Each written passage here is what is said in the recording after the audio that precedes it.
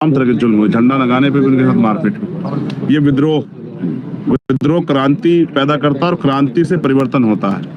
आज जो हालात हैं उस हालातों पे हमें गौर करना चाहिए कि इतनी बड़ी घटना कैसे घटी, इतने लोग जेल क्यों गए, और जिस तरह से मीडिया में छपा, मुझे सबसे तकलीफ दे हुआ, मैं जानता हूं कि पुलिस सरकार के सारे पे गलत कर सकती है, लेकिन दिसंबर को मास्टरमाइंड बना देना, उसके ऊपर ये आरोप लगा देना कि फंडिंग हुई है।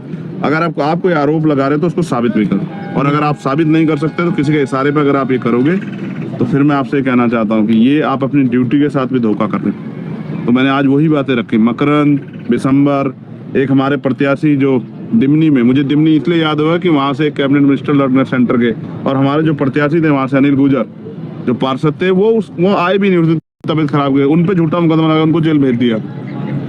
रुपेश यादव को जेल भेज दिया। हमारी बहन है हर्षिता, उसका अपराध ये था कि उसने वो परमिशन के लिए एप्लीकेशन किया था, उसको थाने में ले जाकर पीटा, उसने बकायदा बताया। ये न्याय है?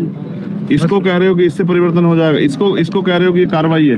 कार्रवाई के नाम पे दमन जो है हम किसी भी कीमत पर नहीं सहेंगे। हम पढ़े लिखे लोग हैं और हम अपने अधिकारों का प्रयोग करना जानते हैं। तो एसपी कलेक्टर जो है वो यहाँ पर ही आगे, हम आपको आगे जाने नहीं दे रहे हैं, तो आप जाएंगे? देखो, फिर मैं आपसे कह रहा हूँ, वैसे भी मैं आजाद हूँ। तो अगर बात जाने की होती, अगर मेरे कंधों पर जिम्मेदारी नहीं होती, तो आप जानते हो मैं कितने लोग लेके आता है। बिल्कुल बिल्कुल।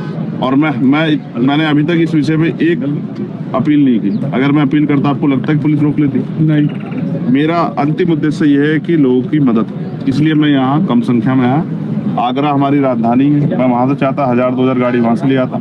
धौलपुर ये राजस्थान का बॉर्डर पड़ता, मैं चाहता यहीं से बहुत सारे लोग इकट्ठा कर लेता, मगर मैंने किसी को नहीं बताया। अभी धौलपुर के लोग यहाँ, इनको पता नहीं कैसे लगा, तो ये यहाँ से भाग के चले आए।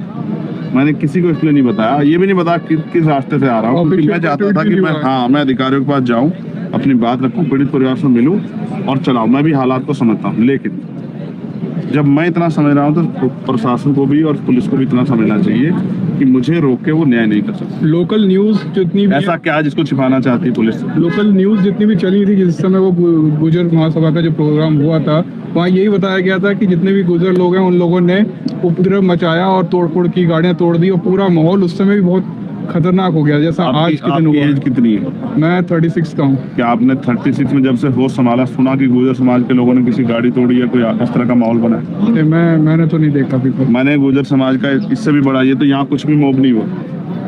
मैंने सहारनपुर का मॉब देखा, 2.5-3-4 लाख लोग इकट्ठा हुए, 20-30 किलोमीटर तक, जहाँ तक देखो आदमी। मेरा घर है जिला।